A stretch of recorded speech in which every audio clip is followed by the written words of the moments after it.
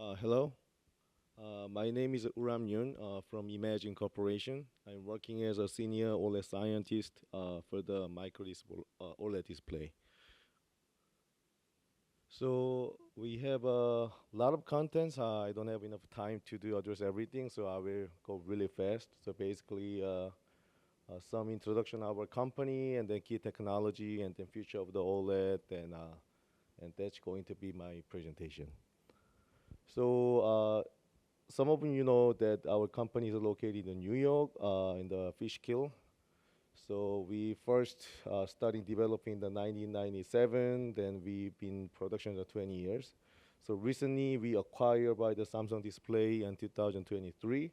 So right now we are still in the independent company working with the SDC. So the micro OLED display application, it can be used for many kind of application like a defense, medical, and industrial, communication, entertainment. So everybody aware of those kind of application approach. So it's depending on what kind of the AR, VR, MR, then you can choose a different application and the size of the display. And then for example, like for the VR, we well know the Apple Vision Pro is the one of the first industrialized application for the VR application. So not only for the man, but also can be used for the other animal study. So this is a market projection that hopefully we can reach all the target, but right now we're still developing the OLED, micro OLED display market size. But right now a lot of the input and effort has been done to improve the market size of the OLED. So I think everybody aware how it works. But I will briefly explain how it works in OLED. Basically, you have a multi-layer serve as like a whole transporting and the electron transporting, and they combine the emission layer through the cathode and anode, then they emit the light. So quite simple. So this is a micro display, so meaning it's a very, very small size. So that's why we need to make the very, very small display, and eventually you need to using like a lens. And by making lens, eventually you will feel like you will see that like a 100-inch display like at 12 feet distance. So in order to do that, we have a example like a three platform company called SVGA Plus and XXGA and WXGA. So they depending on the pixel size and then the resolution, and we have a size of the actual size. You can see that on the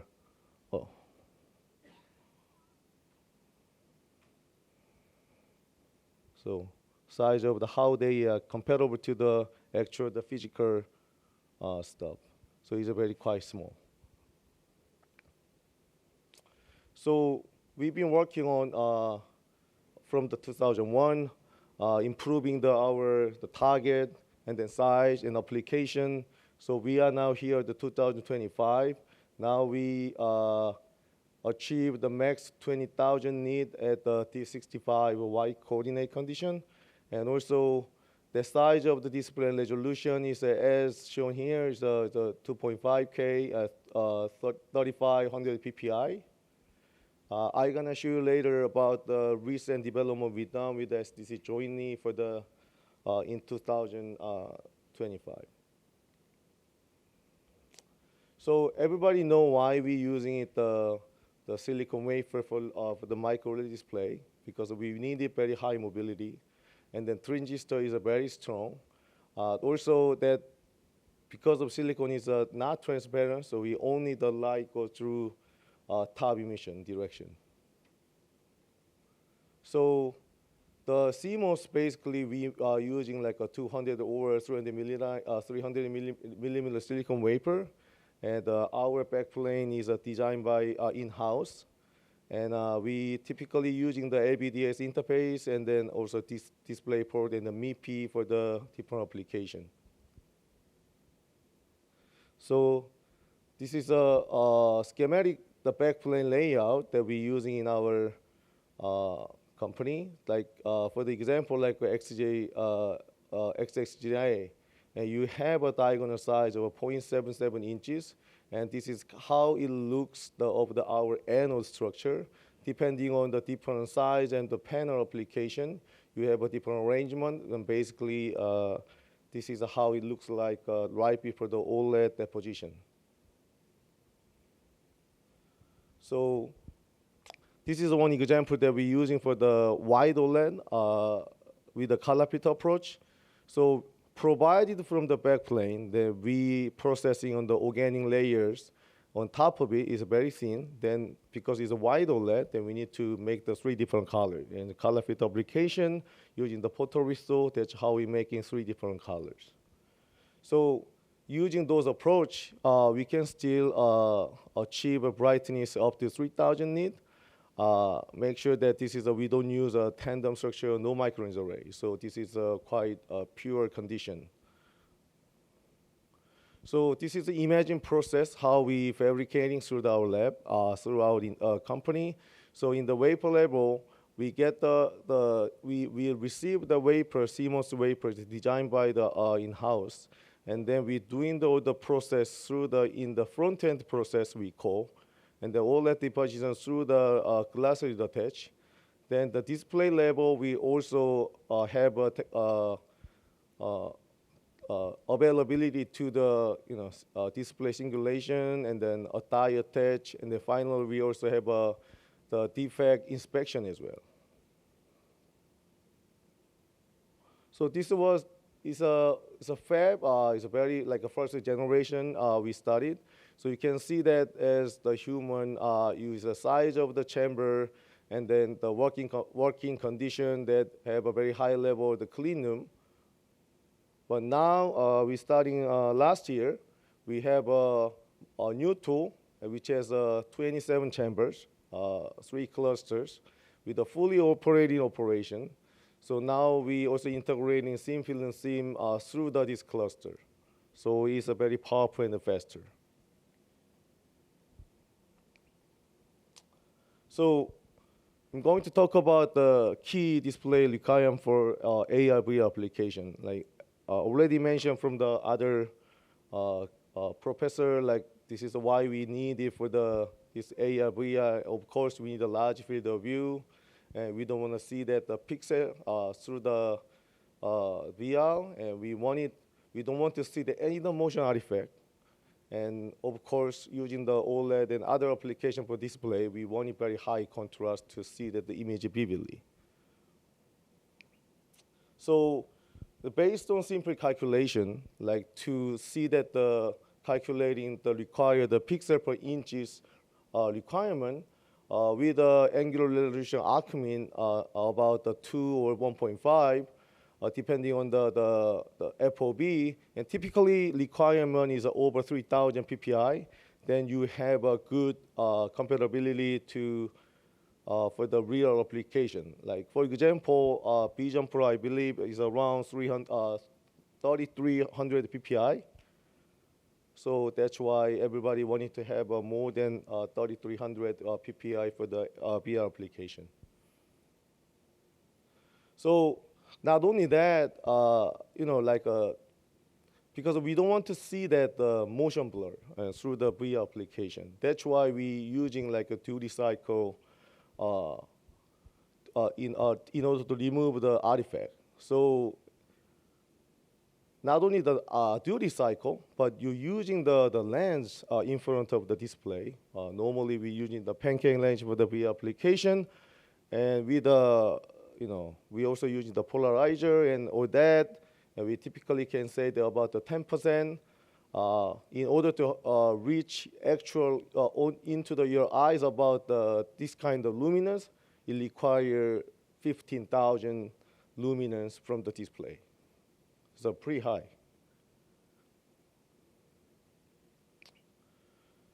So everybody aware of this kind of very hard requirement is not really good for the OLED, because the OLED is a current driven, meaning like you injecting current and then you have more brightness.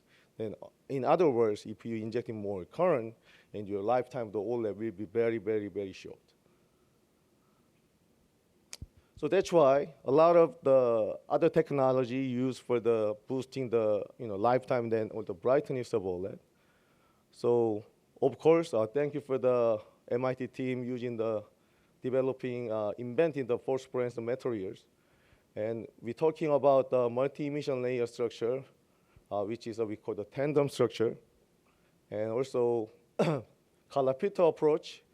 And Professor Jiwang mentioned about the cavity. We also wanted to use it. I mean, it's a very, very well-known technology used for the OLED.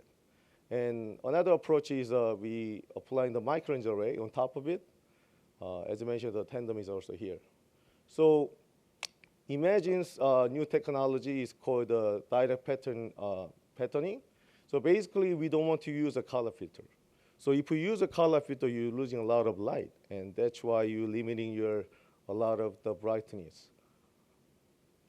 So this is a typical, the wide OLED structure, and basically you have a all layer, top and bottom, and through the evaporation, you're just using the open mask and evaporating every layer in the sequence. But using the mask technology, like very similar like a Samsung mobile phone, FMM, you separating the key layer, like a red and green, blue EML layer using the mask approach. And then you can separate the 3 different color, and you can make the RGB color without color filter approach. It's very powerful. So using this, we call the direct pattern method, and we're using the silicon wafer base. And because of this is an alignment system we're using it for the deposition, we have a very precise accuracy about under 50 nanometer control.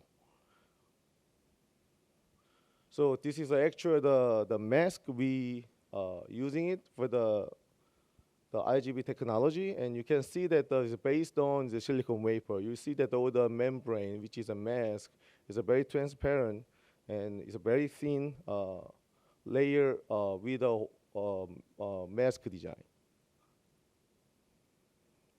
So this is the actual deposit OLED on top of our anode, how accurately it can be.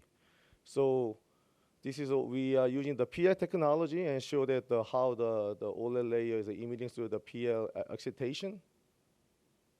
So this is our active alignment system. So what it means, like we're holding the mask, and then we depositing the material, and then how stable through the deposition, the accuracy of is a 0.1 nanometer, 0.1 micrometer holding it. So meaning like while deposition, the deviation is less than 0.1 micrometer through the more than 10 minutes.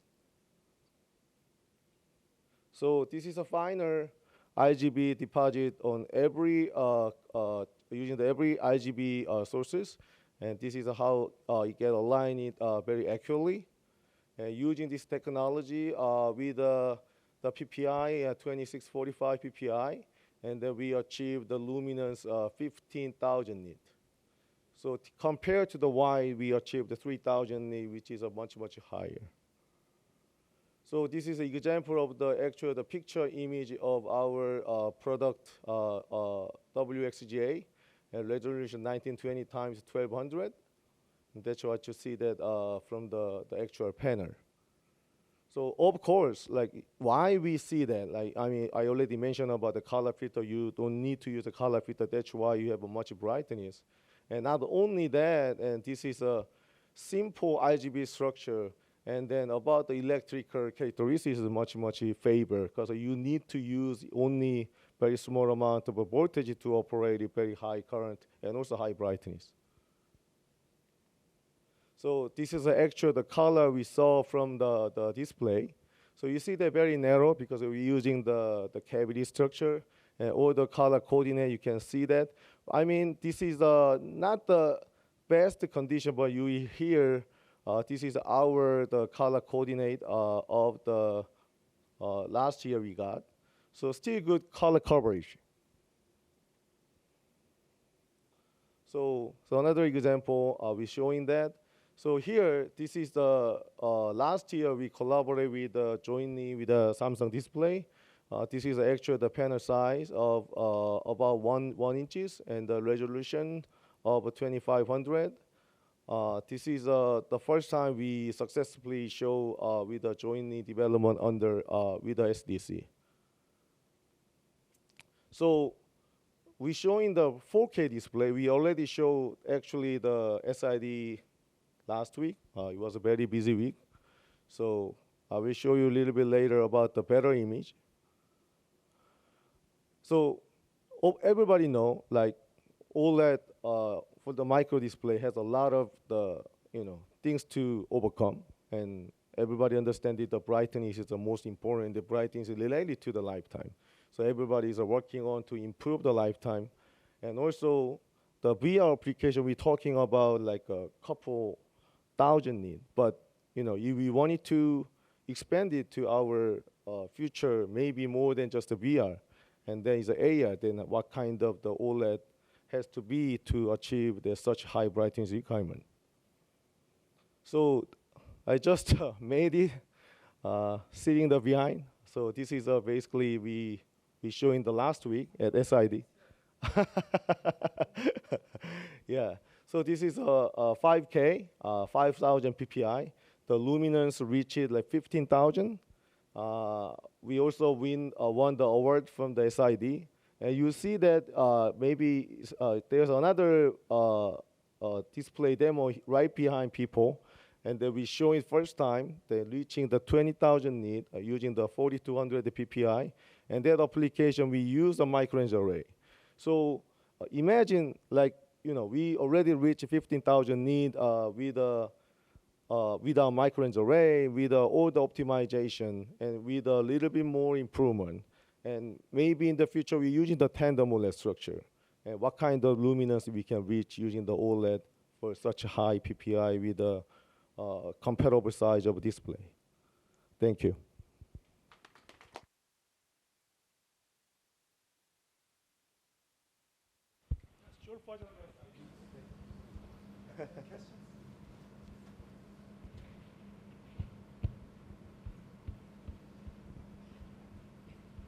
Yeah, thank you. So at 15,000 nits or 20,000 nits of brightness, which is great, but how does that kind of affect the lifetime? I mean, what's nice too is that having it on a silicon backplane like that can maybe help with cooling a bit. That can kind of help mitigate some heating issues over time.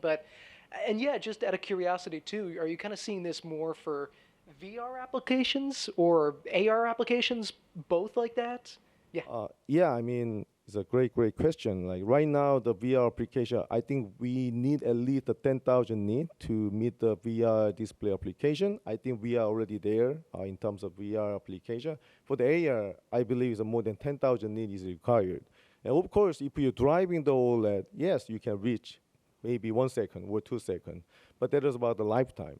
So lifetime is related about is efficiency and the current. So we wanted to using high efficiency device. Also, it can be long-lasting, better lifetime material. Right now, everybody know that the OLED market right now focusing on like a mobile or TV application, not really focusing on the OLEDs because the market is still small. But if we're thinking about this is a high current driven device, so everybody right now focus on low current or middle, it's not that high current driven device. If we have a collaboration with a material company can supporting us with a long lasting material, why not?